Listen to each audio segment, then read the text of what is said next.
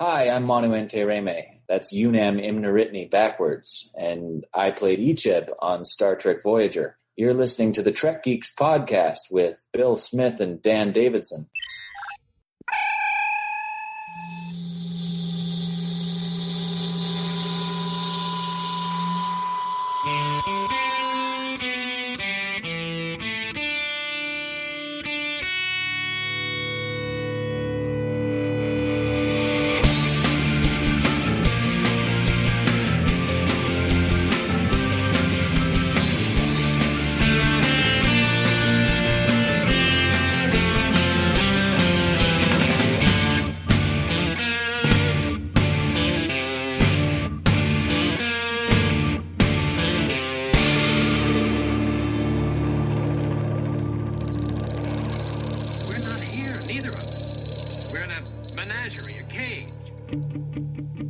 Biggest little show this side of the Alpha Quadrant, your independent Star Trek podcast. Greetings, everyone. Welcome to Trek Geeks. I'm your co-host, Bill Smith, and welcome to episode number 106. We're very excited to have this discussion we're going to have tonight, and of course, by we, I do mean my incredible co-host. You wouldn't know it, but he was raised in the mines of Remus. He was the clone of a lesser human, and as a result, really never made it out of the mines, and I think he's still down there mining for whatever they do. He's the very lackluster and mining Dan Davidson, and unfortunately, he's mine for this podcast. Welcome aboard, buddy. Oh, they broke my jaw. They broke my nose. Hi. Wow, another great introduction. I just look forward to it every week, like people who text in their car and drive at the same time. Thanks, Bill. It's great to be here. It's time for the procedure. Oh, wow. That was good. I like that. You should do that Thank for Ron you. Perlman in Vegas. I don't think we're going to get the chance to do that. We'll probably get escorted out. Okay. All right. Well, buddy, for those who may not have guessed or looked at the title of the episode today, we're going to talk about the last feature film to feature the cast of Star Trek The Next Generation. Yes, we are. Are we excited about it, Bill? I know I am. I'm actually looking forward to this. It's going to be a good conversation. Of course, the last motion picture with the TNG cast was Star Trek Nemesis. Tom Hardy. Was that his first appearance in the movies in Nemesis? It wasn't his first movie, no. Okay. It almost was his last, though, and we'll probably get into that a little bit later. But yeah, we're going to talk about what we liked, what we didn't like, and we'll see where that takes us there, won't we, Bill? We sure will. It's hard to believe that came out in 2002. Wow, 15 years. Yeah, 15 years since Nemesis. Hard to believe. Wow, that is hard to believe. Yeah. And we're going to talk all about it tonight. Woo! Hey! Well, Dan, one thing you might be a little more excited about is to tell those listening how they might be able to get in touch with us. And if you could regale the listeners with that information, I'm sure we'd all think that's exciting. Oh, my God. Yes, absolutely. On Twitter, Facebook, and Skype, and Instagram, Bill, we are at Trek Geeks. You can also send us an email at podcast@trekgeeks.com or give us a call at 508-784-1701 to leave us a voicemail. You can do the same thing at speakpipe.com/TrekGeeks. As always, our official Facebook group, Camp Kittimer, is available for you to join. Just go right on over to facebook.com/groups/Camp Kittimer. Heather, Jackie, or Dan will let you write in so you can partake in all the fun. And as an extra bonus, just because we love you, we're going to give you early access to every episode of the Trek Geeks podcast before they are released to the general public. So that is pretty awesome. But you have to remember, any comments or messages that you leave us in any of these places may be used in a future episode. That sounds really exciting. Wasn't it? I know, right? I love comments. Comments are good. Comments are very Except good. bad comments. Bad comments are bad. I have lots of bad comments for you all the time. Your face is a bad comment.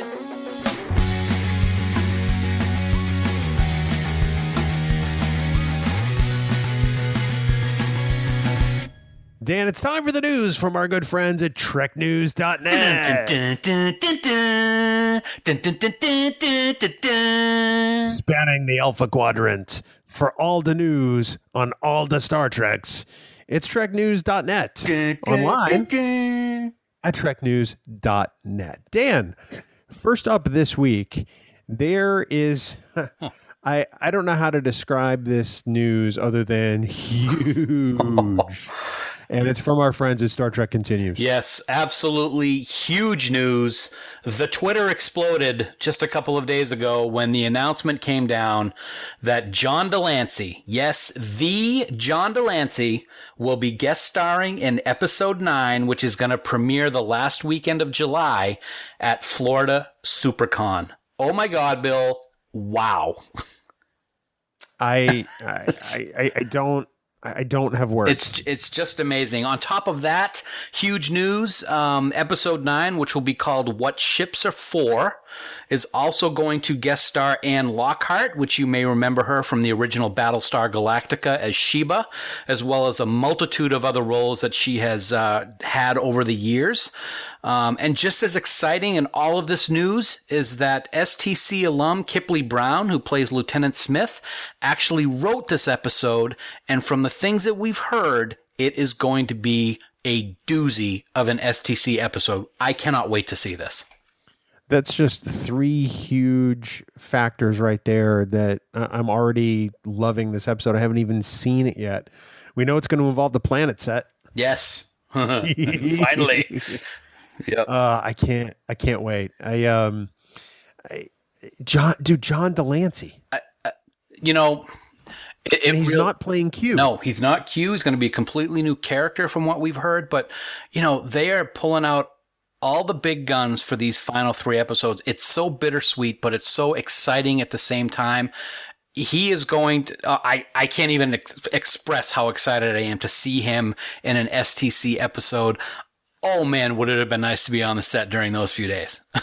Oh, without a doubt. I'm so jealous of everybody going to Florida SuperCon. Yes, absolutely. I really am. Yep. It can't get here soon enough. That's all I got to say. And the poster looks phenomenal too. They released the poster as well, and another great job. And I kind of have a feeling that might make one of our album covers in the near future. What do you think? You can't prove that. Allegedly. Yeah. Allegedly. Dan, moving on, there was a very cool review of the new Star Trek Bridge Crew game that came out this week. The new VR thing where essentially you get to really be on the bridge of the Enterprise.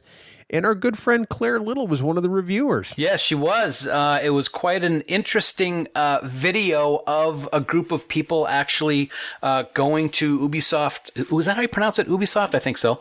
I have no idea. The offices in San Francisco to get a hands-on demonstration of this first virtual reality Star Trek game. You get to pilot a ship, what looks like to be in the Kelvin universe in one area of the game. And then in another area, you are actually on the original NCC 1701. It looks glorious. And I'm starting to think that I have to buy whatever gaming system this is going to be running on because I might just have to buy this. So all your friends are doing it. You'll be cool. Everyone will like you. Is it that kind of thing? It's not that, because I don't think I'll ever be cool, especially not as cool as you, but just the chance to, helm or security on the original Enterprise. And the amazing thing about virtual reality is, I think it was Claire that they showed a little clip of Claire from what she was seeing, and she started laughing, and you saw her little computer hand come up and just go right in front of the lens because she was scratching her nose in real life. It's that realistic. It does whatever your hand gestures are. So I can't wait to try it. It really looks interesting. VR has come a long way. I've got a few hand gestures for you. I'm sure you do. I was waiting for something like that. Yes, thank you. Dan, speaking of gestures, looks like there's a collectibles alert for this coming summer, especially with San Diego Comic-Con, and you got the details. I do, the deets, so to speak. San Diego Comic-Con is rapidly approaching, as is STLV. And Hallmark is going to be releasing a convention-only ornament for those two conventions. Bill, it's from your favorite TNG episode, I think. It's the Enterprise C with battle damage.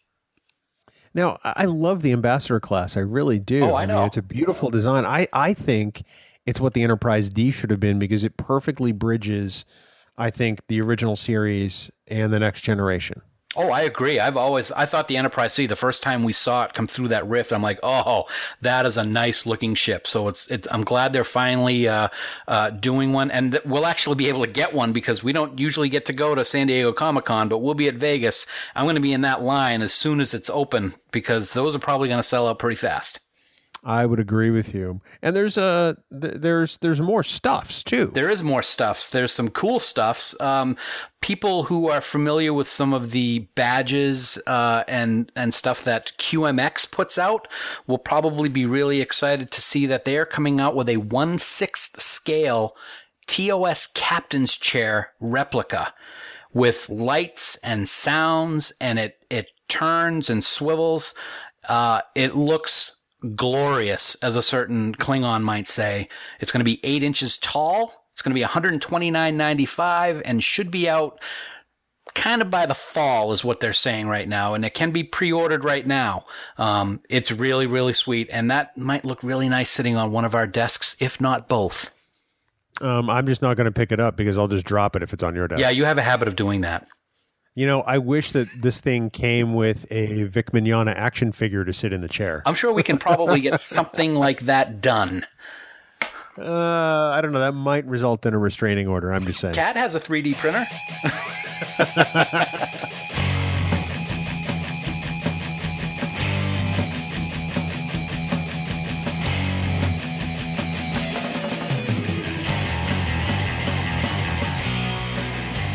Dan, we are halfway to our goal in the Trek Geeks Cosplay for Good campaign to benefit the Nevada SPCA.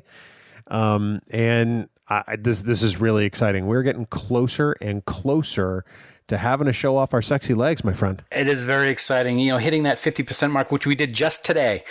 We hit the $500 mark for the fundraiser. It was great to see that.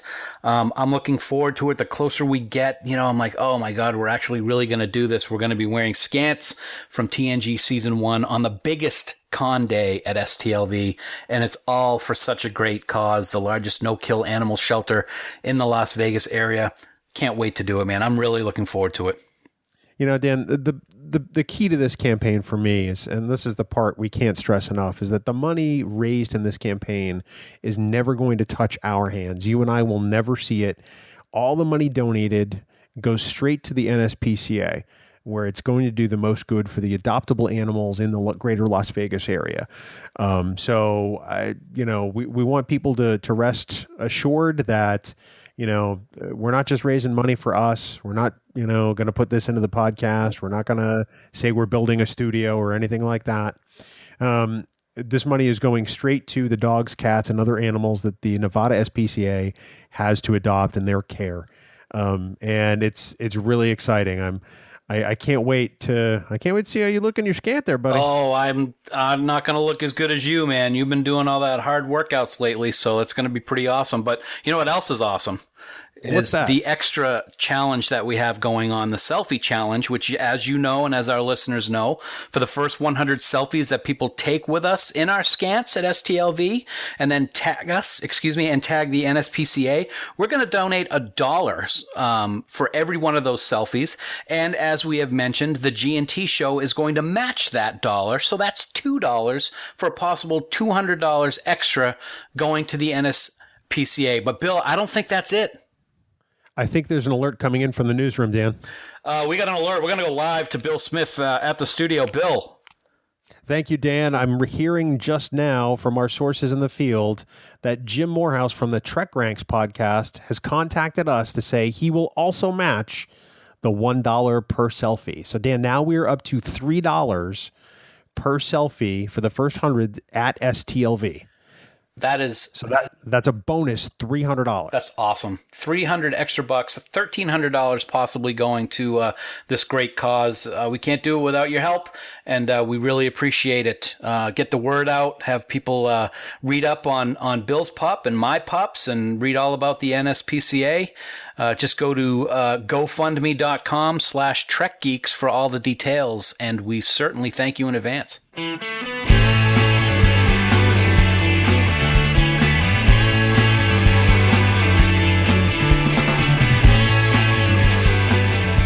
So, Nemesis is your favorite Star Trek movie, right? Right, just like yesterday's Enterprise is your favorite episode. I got to say, now we know that this is not our favorite of the films. And as a matter of fact, we actually had a what is our least favorite film episode a while back. And I can't remember if I chose this or Star Trek V because I can't remember. But I think eventually you gave up and you agreed with me that it was Generations, and then you kicked yourself afterward for agreeing with me. I really don't. Does that sound right? I don't think that's right. But we're not, there are good things about the movie and there are bad things. But I will say right up front, as we get ready to discuss it, I have 2 pieces of paper in front of me. Okay. One thing I jotted down was the things that I didn't like about it. And one page is what I did like about it. And it's a 3-to-1 ratio, man.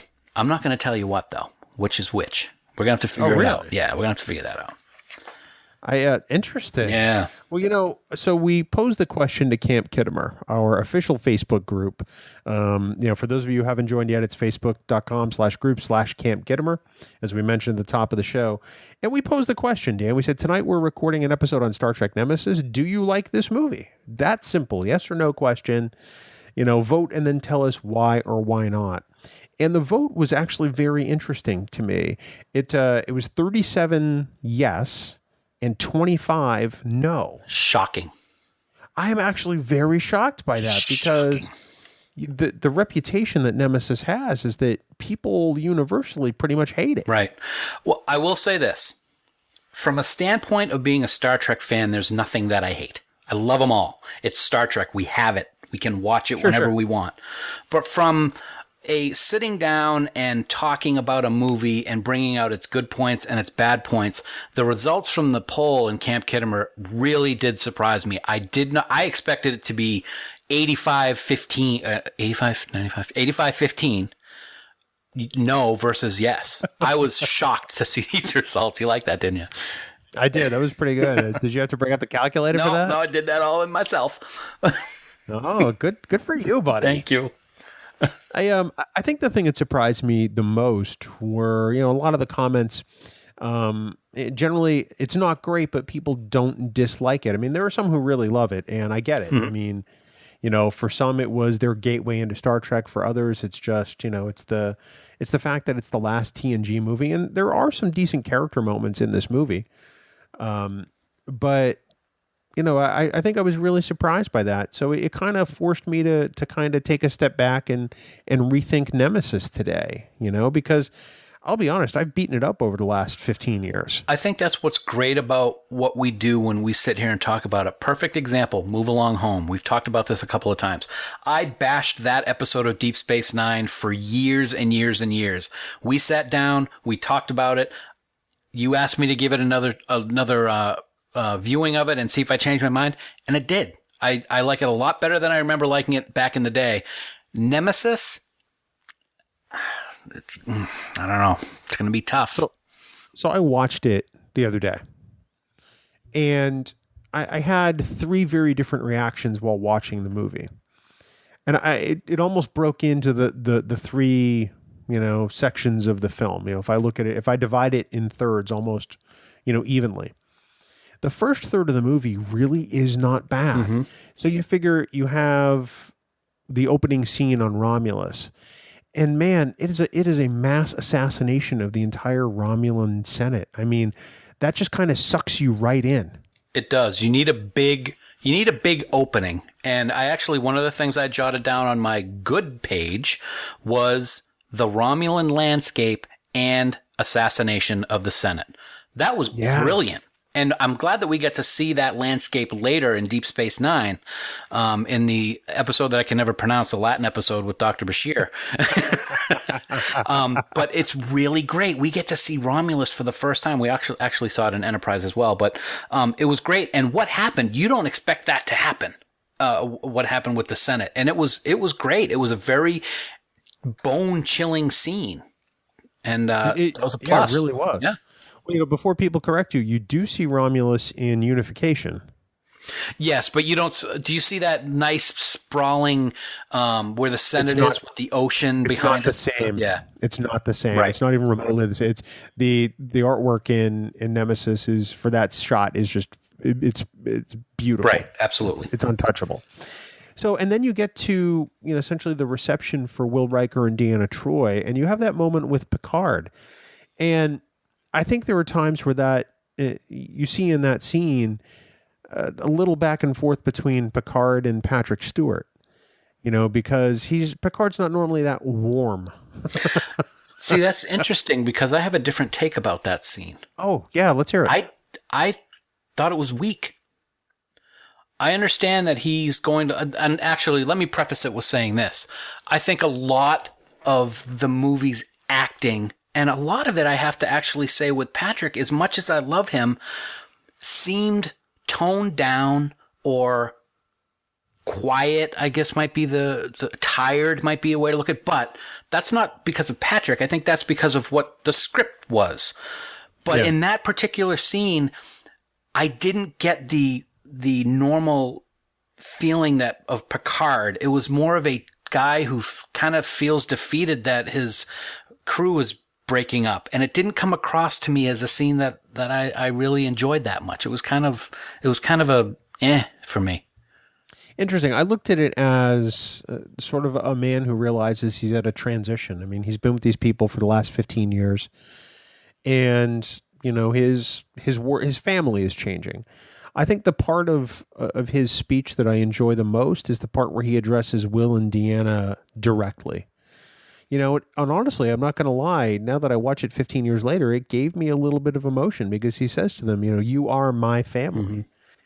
And that's something that Picard hasn't ever really embraced. I mean, he left his home in Le Bar, France. He did his best to get away from his brother. He only went back to his family when he was battered and broken by the Borg. Mm-hmm. Nice alliteration there. There you go. Hey, 5 points for me. Okay. And then, he had some kind of relationship with them until obviously his brother and his nephew died in a fire in Generations. So I think for him to say, you are my family, I think it's a huge thing for Picard because, as we talked about in our Generations podcast, he could very well be the family man, but in our reality, this is his version. I'll have to say that the message that Picard gives in that scene is a strong one, but I think where I have not a problem with it, but the delivery left me wanting more, I think is the best way to put it. One thing I did like about that wedding scene, though, was even though it was very, very brief, you got to see Wesley for a couple seconds. You got to see Guinan. It was good to have some finality there for some of the people that had been on the series back in the day. And Will Wheaton almost wasn't even in the movie. Right. I mean, and he's not there for long. But yeah, it was good to see him in there a little bit. So, a little tangent at the old Star Trek, The Experience in Las Vegas. Mm-hmm. They had that timeline of the history of the future, that timeline thing. And after Nemesis, they added on to the timeline and they added a photo of essentially the wedding party from Star Trek Nemesis. So essentially the crew. And on the far left side, I believe it was Wesley. And one of the Elcars bars, which comes down and hits the timeline at a right angle almost, pretty much draws a line right between Will Wheaton and the rest of the cast. Wow, nice. Talk about the subtle message there. Ouch. Ouch. But in that first third of the movie, there are some really decently written character moments that show some lighter sides because the rest of this movie gets pretty dark pretty quickly. Yes, both figuratively and literally, I will say. Yeah. Yep, absolutely. There's the wedding, there's the banter back and forth on the Enterprise bridge about the wedding, which is kind of comical to some extent. There's before Picard takes the Argo out, he refers to Riker as Mr. Troy, which was good for a laugh when I saw it. Yep. The Argo. No, go ahead. Yeah. Go ahead. That I did like that. The word. It's always good. We see it in all the different movies, all the Star Trek movies, that there is going to be some comedy thrown in there. I thought that was one of the good parts of the comedy. And Mr. Worf, a young strapping lad like yourself, that was good, and the Mr. Troy was good. You just said something though that we got to spend a little bit of time talking on, and that's the Argo. The whole concept of the Argo and the whole scene is just ripe with problems. It is so bad. I just, first of all, the whole idea that, hey, there's pieces of a positronic of a positronic android on this planet in the middle of nowhere, and it's just so easy to dig them up and turn it into B4. I know it was a plant with Shinzon and all of that stuff, but I just felt that it was poorly done. What about you? Immediately what comes to mind is the huge Prime Directive violation. For the little guys with the glasses? They establish before they ever go down to the planet in the shuttlecraft that this is a pre-warp civilization.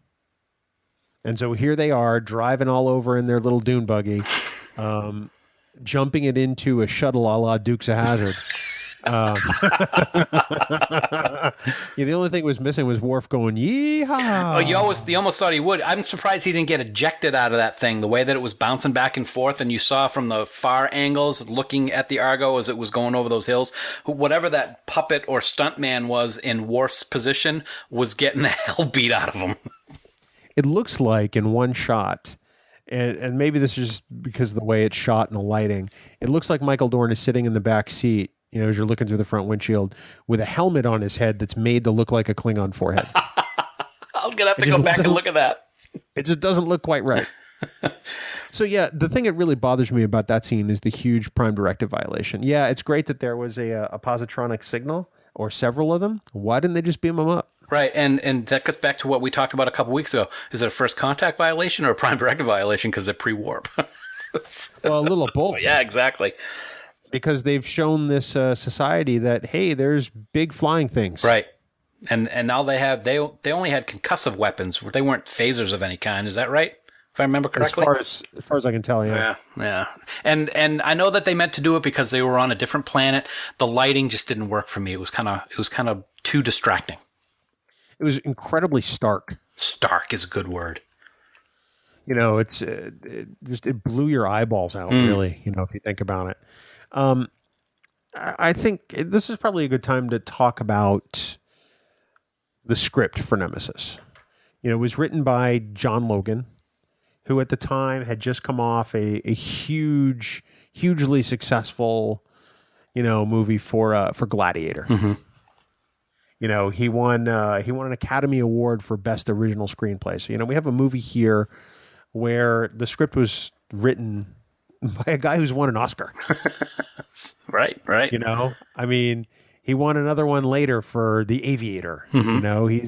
He's been involved, he's been nominated for other movies. So he did the script for Skyfall, the Bond film, sure, years later. So the guy certainly has talent, but unfortunately with this script, what we get is what seems at best to be not a really cohesive story, and I think that really bothers me.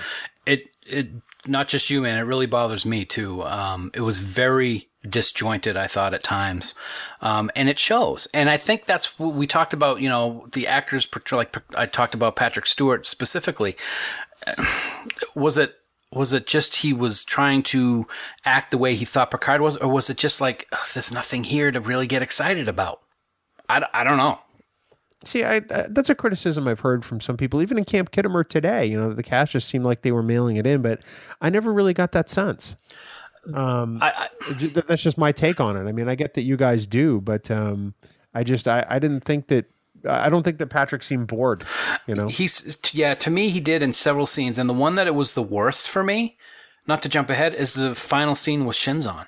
He looks so not interested in what was going on around him. It just, that whole scene failed on so many levels for me, from, the acting to what was actually going on in the scene with Shinzon sliding down the pole and all of that stuff. But for me, Patrick as Picard just looked, was he defeated as Picard because he thought he was about to die? Or was it just, okay, let's get this over with type of thing? That's how I felt. Interesting. Yeah, because I don't feel that way at all. So that's really interesting to hear your perspective on that. Well, it's the Trek Ranks mantra of no wrong answers. Well, that's true.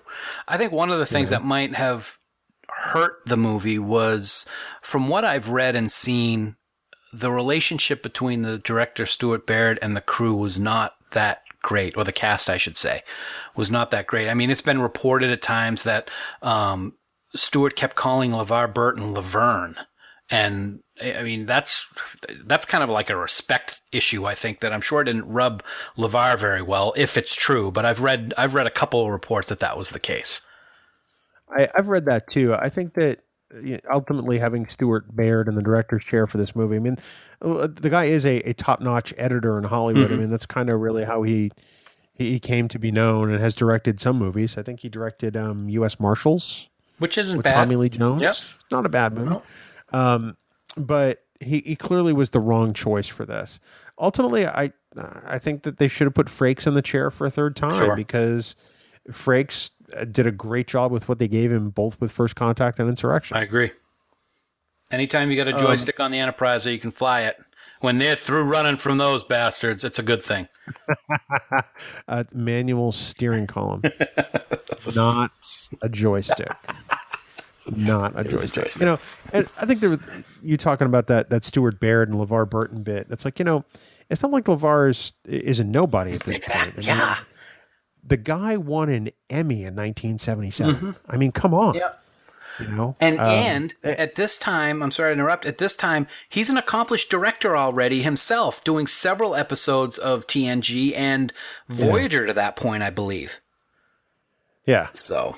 Well, I'm sorry, he was nominated for an Emmy in 77. My bad. I thought he won. That's okay. He did in my book. But he did win plenty of awards for Reading Rainbow, which were Emmys. Like 10 of them, if not more. Yes. He had a Grammy, so it's not like the guy is not talented. Right. I mean, you have to respect the people that you're going to work with, especially when they're the experts in this material. They've been doing it at this point for 15 years. Yep. So Stuart Baird, definitely a liability. So we've got that part out of the way. So, we knew that we had to, those were kind of the elephants in the room for this movie. You mentioned you had a list, that was 3-1. Do you want to tell me yet which list was which? Yeah, the things that I had problems with was the longer one. I think people would be able to tell from what we said so far. And some of them are little issues, but they're issues nonetheless. So we can go through some of them now, and I'd like to get your take on what you thought about these specific ones. Specifically, one of the things that's always bothered me about this movie, it's a bother, but at the same time, what we see is a positive. If that makes any sense, I'll explain in a second. Is we've already had Deanna crashing the Enterprise once before, and she does it again. And it's like, okay, really? We can't do something new here? But on the other side of the coin, that special effects sequence of the Enterprise crashing into the scimitar was beautiful. I thought it was really, really nice. I liked that a lot. I have to say that there are a lot of exterior shots in this movie that are just gorgeous. Absolutely. That scene is phenomenal in the way it looks. Mm-hmm. The space battle is the best space battle in Star Trek. It is. It's amazing. It's really great. One of the things I like the most is that in this, we did get to see it a little bit in the JJ movies because the special effects in that are very good as well in space. But when the ship crashes, they're in space. All of the, what's it called? All of the pieces that broken up, they all just kind of are hovering around. I thought that was a very good part of that special effect sequence. It was realistic. I thought that was really good. But you're right. That battle is phenomenal. It's we'd never seen anything like that before in Star Trek. With the maneuvers and the phaser fires, it was always just sort of two ships nose to nose shooting each other. Right. I think of Star Trek 3 with the Klingon Warbird. Mm-hmm. And the skeleton crew Enterprise.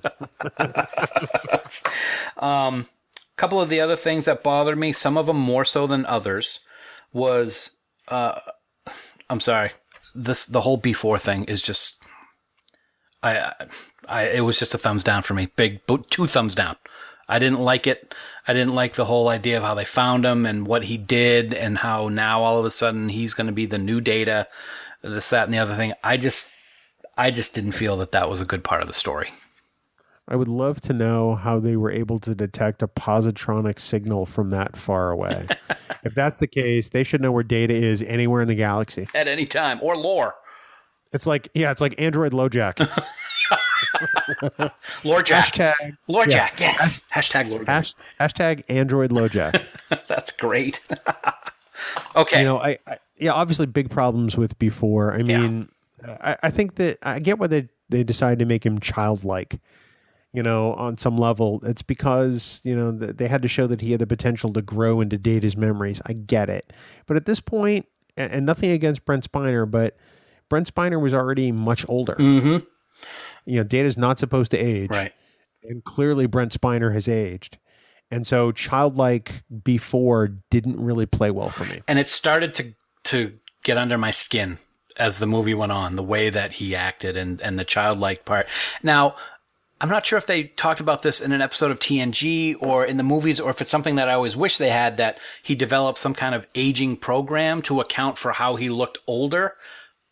But still, I think this is one of the key reasons why Brent has said he'll never play Data again, is because he's too old now. Perfect example. Well, you figure in all good things, Data had that gray streak in his hair, which he added to try to look more distinguished. But that was also, an alternate version of the future, because we know that's not how the future winds up. Looks like a bloody skunk. Yeah, before, I think unanimously, I think you and I are of the mindset that it didn't work. Yep. But I want to talk a little bit about Shinzon. Yes. Oh, absolutely. And I think the problem, don't get me wrong, I actually kind of like Shinzon. And I think that's going to surprise people. I think Tom Hardy did a magnificent job with what they gave him. But the problem is what they gave him wasn't all that, what's a good word? Intimidating. You don't know his motivation. Mm-hmm. There's no reason why he should want to destroy everything on Earth. And that's really the flaw in this storyline.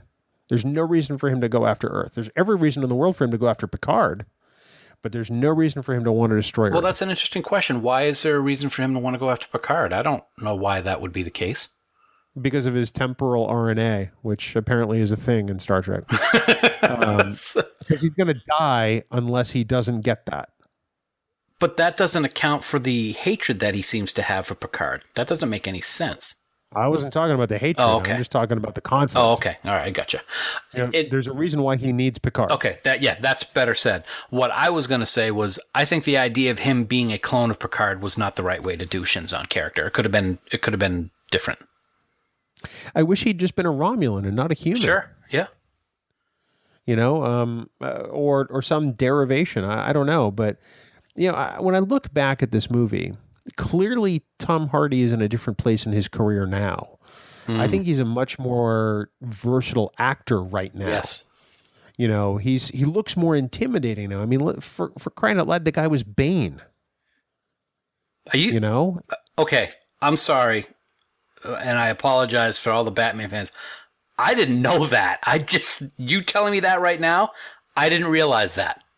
You didn't know Tom Hardy was Bane of The Dark Knight Rises?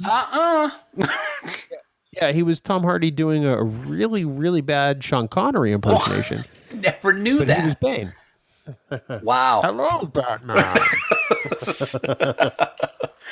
Wow. Okay, guy who talks to the crab. That's amazing. Yeah, what was the movie he was in with Leonardo DiCaprio in the woods with the bear? Wasn't it called The Bear or something like that? I don't know what it was, but when I saw the previews and they said, and starring Tom Hardy, I'm like, oh my God, that's the same guy who played Shinzon? He totally looks different now. Yeah, I mean, he's clearly, he's matured as an actor, significantly. So I almost think he was miscast as Shinzon to some extent because he was so young. I mean, there's a very faint resemblance to Patrick Stewart based on the makeup they gave him. But still, I mean, Picard wasn't bald at that age, let's be honest. Right. I mean, we saw him in episodes in the past and he had hair. Yeah. Even as Patrick Stewart, right. When they put the rug on his head. Mm-hmm. But, so I like the concept of the character Shinzon. I kind of like where some of this went. I just wish he hadn't been a clone necessarily. Right. And honestly, I think Tom Hardy was miscast at that phase in his career. It's too bad because there's been some behind the scenes where he's doing some rehearsals with Patrick Stewart, and Patrick's in full uniform and everything. And you can see that Hardy's really, really working the scene. And I unfortunately think that what we saw in some of those behind the scenes footage didn't come across in the actual release, which was a shame. Now, one of the things about Shinzon that's always bothered me is how in the world would a human that grew up in the mines on Remus and was tortured and this, that, and the other thing, how is it possible that this human would get so much support from the Remans so that he could build this gigantor starship and have the support, so much support that he's actually able to assassinate the entire Romulan Senate and become the new Praetor? It just seems a little bit too far-fetched. Yeah, there's a huge plot hole there. Yeah. Although I do like the idea of, well, when they first see the scimitar, and they're doing the scans of it, and Picard just, says, it's a predator. Right. I mean, you feel the palpable tension, like, there's no way we can go up against that thing.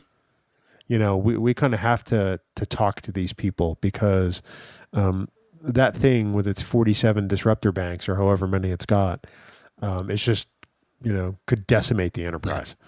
That's the sense I get in Picard's voice at that point. Yeah, he does. Yeah, he does seem shaken when he first sees that thing decloak. And the decloaking separate sections was kind of cool about the scimitar. I did like that. It really was. Yeah, it was very, very cool. Now, on that same note about Shinzon getting all the support from the Remans, it was stated in the movie that the Remans were basically cannon fodder during the Dominion War. They didn't really have any stature. They're like the outcasts of the Romulan caste system. But right. They sure seemed to be able to... He sure was able to get support behind him, so much so that he was able to overtake the Romulan government. With that being said, what did you think about the Remans themselves? Ron Perlman, for example. I like the concept of a Reman society, for want of a better word. Mm-hmm. I like the fact that it plays on that part of mythology with Romulus and Remus. Mm-hmm. I get it. There's two worlds. But I thought that the Remans looked a little Nosferatu-like. Yes, that's a perfect example of description. Yes, absolutely. I'm looking at this thing and I feel like all these guys need are eyebrows, like that guy on the Space Vampire on Buck Rogers.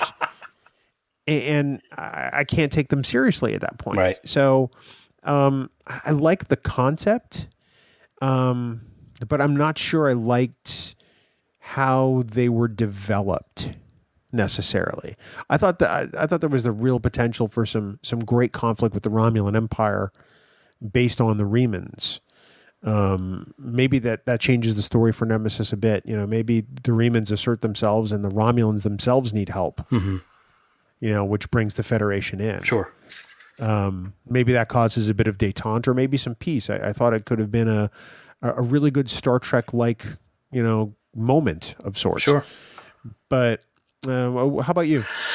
I like the idea that they were their sister planet and they were constantly in the dark type of thing. I do like what you said about how they looked. I think the description you gave was perfect.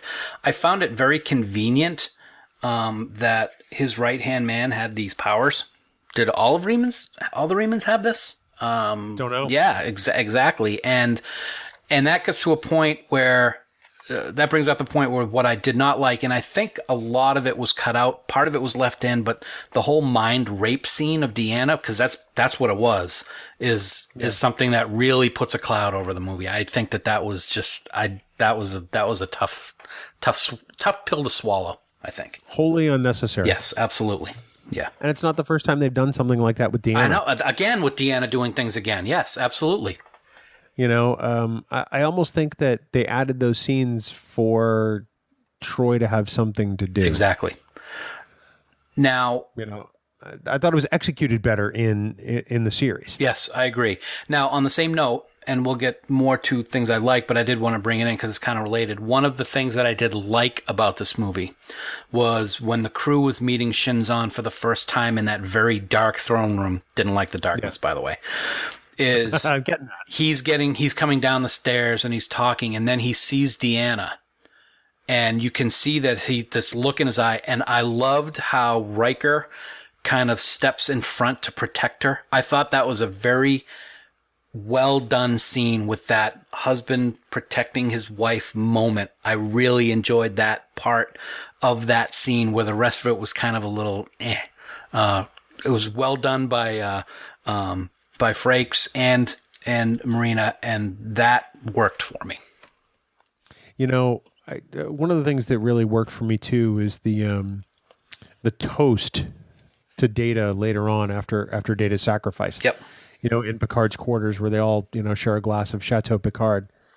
And they're talking about absent friends and family and remembrance of Data. And Troy begins to cry. And, Riker, kind of choking back tears of his own, recalls the first time he saw Data on the holodeck. Right. And he's like, what was the song? And I'm not going to lie, that made me tear up a little bit myself the first time I saw it back in 2002 because, it's like, yeah, yep. I get it. It was a really great moment to sort of bring it all full circle. We are on the same page because that was my number one liked moment of this movie was the toast at the end. Yep. Absolutely. I thought that there's so many understated moments in that scene that I think really is what sends it over the top. Mm-hmm. Because, it's not overwrought with, oh my God, it's Data, he's gone. It was just it was solemn. It was very, they were very much in disbelief, and I thought it was very credible. Yeah, I agree. I have 3 very quick other didn't like moments that I'd like to hit on real quick and see what you think about them.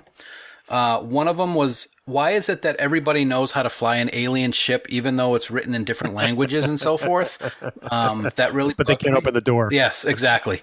That was one. I felt that, unfortunately, Riker's character didn't really have much to do in this movie except protect Deanna and have a fight at the end with Ron Perlman's character that I can't remember the name of, the Viceroy, which I didn't really care for that well. I thought that as a new captain of the Titan, it just was kind of a weak movie for Riker, unfortunately. What do you think about that? Well, I've got a couple of problems with the way Riker's portrayed in this movie, or things they gave Riker to do, because Frakes and Riker are amazing both in my minds. Mm-hmm. We've talked about Riker plenty, we've talked about Frakes plenty, but really the scene that really kills it for me is when it's the fight between the Riemann Viceroy and Riker. Yep. And okay, so the Riemann's board on the very bottom deck of the Enterprise. Okay, so it's the very last deck, sure. The bottom one. Mm-hmm. And Riker and the Viceroy wind up in this Jeffries tube or whatever it is, suspended on this thing. Where the hell does the Riemann Viceroy drop to if they're on the bottom deck of the ship? He falls like 50 feet. Were they upside down? Yes, that's a very good point. We didn't see him climb up any decks, did we? No. Yeah, that's a riot. Was he? Okay, so let's say maybe they went up one deck. Okay. 50 feet or more? Come on. Yeah, that fight didn't have a lot of fight to it either, I didn't think. I didn't think it was well choreographed. I guess that's the best way to put it. Yeah, I'll agree with that. Okay, so I have 2 more things that are of the bigger I didn't like about it. One is Thalaron radiation. Why is it that it only took a few seconds for the device to completely wipe out the entire Romulan Empire government controlling body, but it took forever for it to wind up and get ready to disperse on the scimitar? And why can you be right at the device while it's working its magic and not get any of this radiation on you and kill you until it launches? That was too convenient for me. Does that make sense? I think it's because of the scale. Because, remember earlier in the film, Geordi says the ship is essentially one big Thaleron emitter. Mm-hmm. And that's, that part that, Data ultimately shoots isn't necessarily the part that's emitting. It's the part that's sort of charging. Okay. That's kind of how I look at it in my own mind. All right. I always thought that was convenient. It wouldn't have affected Data necessarily. Right. But it could have affected everybody else. Sure. And that brings me to my last point, which you just brought up. The meaningless death of Data in this movie. I thought it was an empty death. He sacrificed himself, but I just didn't care for the way that he ended up dying. I didn't care for it at all. I think the problem with the sacrifice of Data is that it's too close to the sacrifice of Spock. It's almost as if John Logan had watched Wrath of Khan a few too many times before he wrote this movie, because there were just some very interesting parallels. And you can put Picard in the Kirk role, and you can put Shinzon in the Khan role, because it's that kind of vengeance that Shinzon is looking for, which is why it doesn't fit. Unless you think about the way that Riker defeats the Viceroy, it's almost kind of like Star Trek 3. Sure. So I think that there's stuff here that I feel like we've seen before in other versions, and I think that's why the Data sacrifice never worked for me. Okay.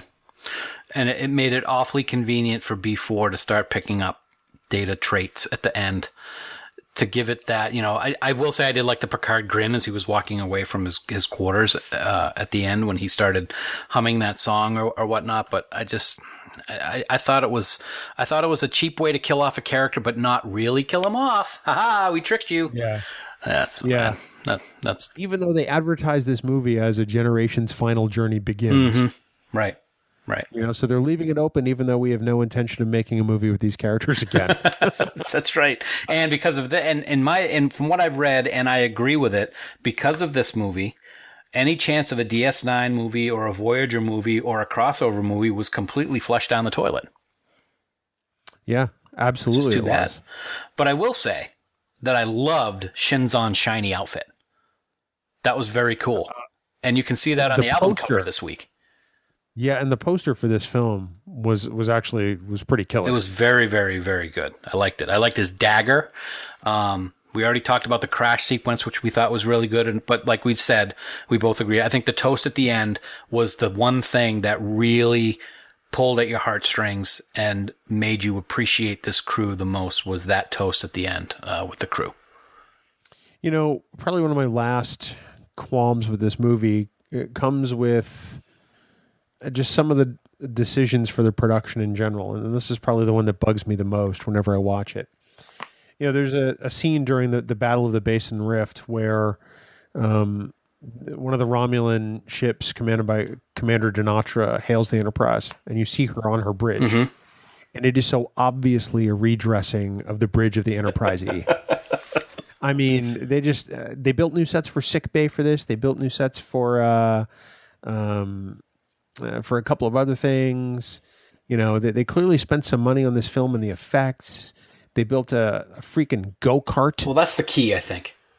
They spent so much money for the special effects because the special effects were great that I think they cut a lot of things. A perfect example, we were just talking about how much I didn't like that dark throne room.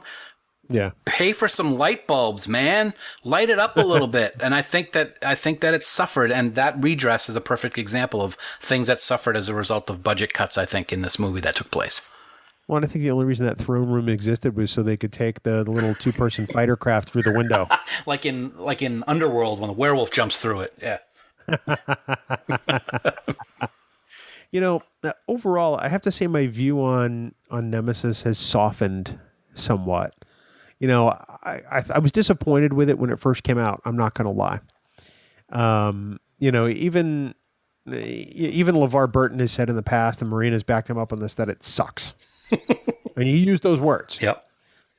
But I don't feel that way about Nemesis anymore. I guess I've warmed up to it. It's not a great movie, but it's like you said, it's Star Trek. So, it's something I enjoy ultimately when I see it, unlike some of the other films like, say, Generations. Right. I'm glad you said that, actually. I purposely did not watch it before we recorded.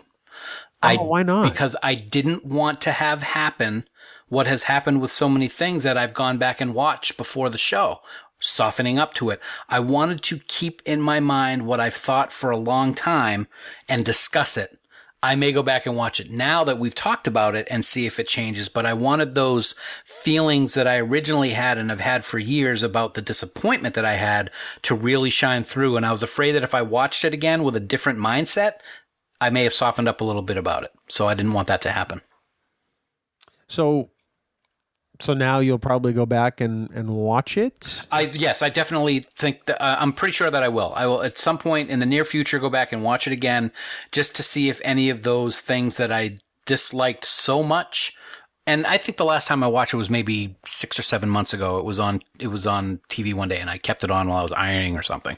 But I want to see if I have those same feelings of dislike in the different areas, or if I'm like, oh, okay, I can see a new take on that. We'll see what happens. Okay. Yeah. I know a lot of people think this is the worst Star Trek movie ever. And, I can't sign on that. No, you're still on Generations, right? Well, I am. I don't think this is the worst one. I don't even think it's worse than Star Trek V. I think that, there are good elements to this movie. There are decent character moments. The first half is pretty okay. The second half is a little weak, but the third half is ultimately what I think does the movie in a lot of people's minds. Here's what I think a lot of people may feel I should say, on why it may be a bad movie. You may have to bleep this. I'm not sure if I'm going to be bleepable or not.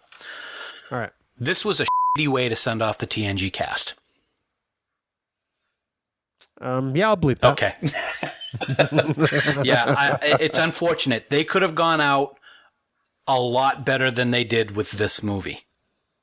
And I think that's where part of my disdain for the movie is, and probably a lot of other people. If it had been a great send-off and final look at this crew that everyone loves so much, it would have been much more well received.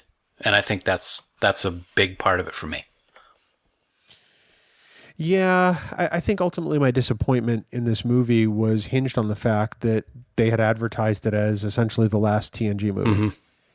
Mm-hmm. If this had been just the next TNG movie and not the final one, I think I would have been okay with that. Sure.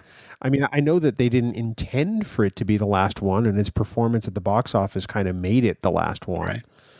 But Patrick Stewart has said before that, they were in talks to do a fifth one, with an idea being developed by John Logan for a fifth and final movie. So it would have been interesting to see what happened later on as a real farewell if they had actually done it. Agreed. Absolutely. But you figure it was up against some horrific competition at the box office that same week. There was a Lord of the Rings movie, there's all kinds of stuff. Lord of the Rings. So, yeah, I don't, as much as I feel like I shouldn't like this movie, I still kind of like this movie. Okay. I'll see what happens in a couple weeks when I watch it again. I'll let you know. Yeah, I'll be interested to hear that. Okay. Any final thoughts on Nemesis? Yeah, there's just, there's a lot of things that I don't like about it. There are a few things that I do. It's a sad way to see him go, and maybe in my old age I'll feel a little bit better when I watch it again in the near future. But right now I got to go with a big thumbs down on it, unfortunately. But it is Star Trek, so I do have to give that part a thumbs up. Way to just split the middle, buddy. So I'm thumbs up and thumbs job. down at the same time. I'm kind of split on it. I don't dislike this movie, but I don't love it. Ultimately, if it's on, I'll watch it. Mm-hmm. There are still some things that make me go, but I think there are a lot of missed opportunities. That's what it comes down to. Okay. Sort of like this podcast. Well, yeah, every time you talk. That's right. Oh, and hey, but we did have a Janeway cameo in the movie, so that's great. Yeah. Okay. And I was also very interesting to see that was supposed to be 7 of 9 originally. I know. That would have been much better than Vice Admiral. Yeah, where did that come from? Just because you got your crew home, you get to become an admiral? Well, they actually wanted 7 on the Enterprise. Yeah. Oh, that would have been great. Yeah, right? Yeah. So, Dan, you know what else is really great? Besides you? Well, of course, besides me, I speak, of course, of our great friends, the band 5 Year Mission. They are working on year 4, the next album in the pantheon of 5 Year Mission recordings. And I am very excited for it. Dan, we want everyone to head out to 5yearmission.net. Download all their albums. Really become big fans. If you're going to be at the convention in Chicago, you'll get to see them as the house band. You know, it's we love them. We want you to love them. 5yearmission.net. Year 1, year 2, year 3 is out. Spock's Brain, Trouble with Tribbles. Am I missing anyone? I don't think you are. Oh, that's great. You know, I got a question for you though, Bill. All those albums are great. We love them, and they're phenomenal. I've always wondered, do you ever wonder where dishonored musicians go when they die? No, I've never wondered this at all. Well, we know that they can't enter Tovacor. They're dishonored musicians, right? Exactly. Right. You know, they can never join those honored musicians and play in the Great Hall. No, they travel on the Barge of the Dead, as you remember, to Graythor to wallow in eternal damnation. But here's the question, Bill. Who rules this terrible place? Oh, my. Yeah, it's Farquhar, the guardian of Graythor, of course. Abandon all hope, ye who enter. So wait, Fark is the Klingon devil. Is that what you're telling me? I'm just reading this text, brother. No. I am Farquhar, a Klingon. Wow! I can't wait to see his next tweet on this. Fark, I expect a song post haste. Yeah, you expect another cease and desist post haste. I haven't sung nothing. No, just for your characterizations of, their incredible drummer. He is an incredible drummer. We'll give him that. Yeah, and a great guy, despite everything Dan says about him. So anyway, that's 5yearmission.net. Please go score yourself some tunes. And we thank them, of course, for all the music they let us use on the podcast. Dan, we also want to thank our friend Aaron Harvey. He designed the Trek Geeks Delta that you see in the brand new show album cover that's on iTunes and adorns pretty much everything we do, like Trek Tuesday and our Facebook page and our Twitter page. Aaron created something just bold and brilliant, and we are so proud to display it. We hope you'll check him out. He's on Twitter at GeekFilter, and you can also listen to his podcast on Trek FM. It's Saturday Morning Trek. Dan, our next episode, speaking of podcasts and podcasters, we're going to welcome somebody to the show that we've been trying to hook up with for quite a while. Yeah, for a real long time, we have been trying to make this work. But next week, we are finally going to welcome a longtime fellow podcaster to the show. David Duncan from the Synthaholics podcast is going to be joining us for another fun-filled episode of See It or Skip It. And up next, TNG Season 4 with The Dunkster. Did you just call him a dunkster? I did. I hate that. I know he will. No, that's going to be fantastic. It's about time you and I've appeared on Synthaholics to talk Star Trek V, The Final Frontier. Dan has an appearance forthcoming someday when he can line up schedules, but we're pleased as all get out to welcome David to the show next week. It's going to be a great discussion. We have a topic, too. I know. We have a topic. No, for when I'm on his show. Oh, what are you going to do? Mirror, mirror. Oh, I was hoping you'd pick Aquiel. Dan, for more great Star Trek discussion, we want everyone to check out our friends at the Tricorder Transmissions online at thetricordertransmissions.com. With less than 7 weeks till STLV, Dan, I imagine Shore Leave is going to become even more must-listen than it was before. And, of course, for all the latest news on all the Star Treks, please visit our friends at treknews.net. Online at treknews.net. For now, this has been episode 106 of the Trek Geeks podcast. We do hope you all live long and prosper. Coconut it up, man. Coconut it now. Everybody say hoo-ha, bye. What was that? That was off the cuff, man. I'm not as good as Fark, obviously. We made that clear. Oh, no, I thought you were like singing Coconut as something that was there. You just created that off the cuff? Off the cuff. Nice job. Okay.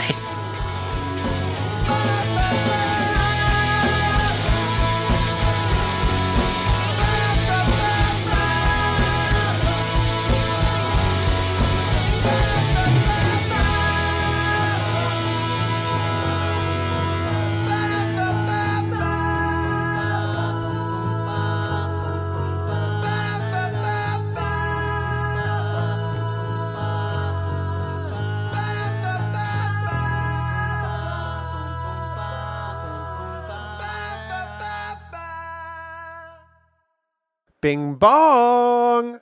Bing bong. Oh, hey, watch that. That's my mean bing bong. Why are you being mean? Okay, all right. Can I just start off today's outtake with a rant? Why start asking now? I would like to personally say that I hope every person in this country, this area, everywhere that uses their phone and is looking at it when they're driving, I hope bad things happen to them. I'm so tired of seeing that constantly all the time. It drives me it drives me crazy. Crazy. You sound like you're about ready to start stammering. Okay, I'm all done. It's all gone. How you doing? Okay there, killer? I'm good. Yeah, that's what's going to happen if I see more people doing that. I'll tell you that right now. Did somebody hit the ridge line? No, not at all. It's just every day going to and from work. You just see these moronic idiots, and they're going to kill somebody. And part of the problem is law enforcement isn't enforcing the laws. We were just reviewing the law tonight. It's a $310 fine in Maine to use your device when you're in a vehicle, even if you're at a stoplight or red light. But it's just constant, and it's just awful.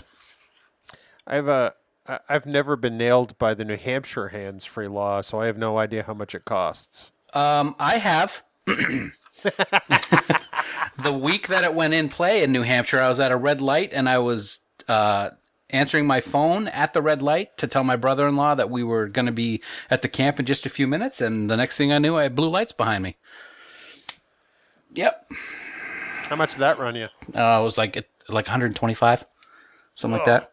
Yeah, that's nothing compared. When I saw Maine is 310, I was like, whoa. So, but... Well, are those in Maine dollars or like United States dollars? Maine dollars, wood chips, it's all the same. Wooden nickels. Yeah. So for all you people, all the smart people that listen to the show, and they're all smart because they listen to the show, I'm sure they don't do it. But for other people that do, get a clue. You know what I'm saying? Wow. Yeah. Flub, yeah. Hashtag flub, yeah. I'm still not over last week. That was quite fun. It was a blast. It was great. Apparently, the TG1T has been blowed up, yo. Blowed up. Very nice. Blowed up. And I also saw that they're thinking of dropping season 3 before Vegas. What? I know. It's nothing more than a minor miracle. Jeez. It's not because I asked, that's for sure. No, I'm sure. Why would anybody do anything you ask? I'd have to wait till like 2050. Yeah. I mean, love you, Ira. Oh, it was fun. All right. There, I got all my stuff ready. Look at that. I'm ready to go. My 2 weeks of hell is coming to an end tomorrow. Oh, yes. And it hasn't been that bad. Knock on wood. It has been very manageable. It's been a good couple of weeks, I got to say. I thought it was just going to be hell on earth, but it was great. For those of you wondering, my partner at my job was out for 2 weeks on a well-deserved vacation, so I was flying solo, and I thought it was going to be just bad, but it has not been. I got one more day of it left. Well, that's good. I'm glad that it's been mostly tolerable. Yeah, it's been very tolerable, actually. I've actually been able to get things done. Which That's is like a first. The first in your career. Yes, it is, actually. Thank you. I appreciate the help there, pal. Because I've worked with you. Yes, you have. And you've stood over me while I was working and, picked up die-cast metal objects and, thrown them on the floor like a football Gronk spike. But we won't get into that right now. Oh, are you f***ing kidding me? That's okay. I hate you so much. Yeah, I hug it every once in a while just to make sure it's okay. How do I know that's not where the damage came from? Oh, believe me, you know. That's not something I would lie about. Not my enterprise. No, just everything else. Yeah, pretty much, yeah. Love you. Yeah, love you If too. everything you say is a lie, then it is not the truth. Illogical. Illogical. Does not compute. Thanks, Norman. Yeah, good old Norm. Norm. No. No. Wrong show. Wrong show. show. Yep. Wrong Not. show. Yeah. No.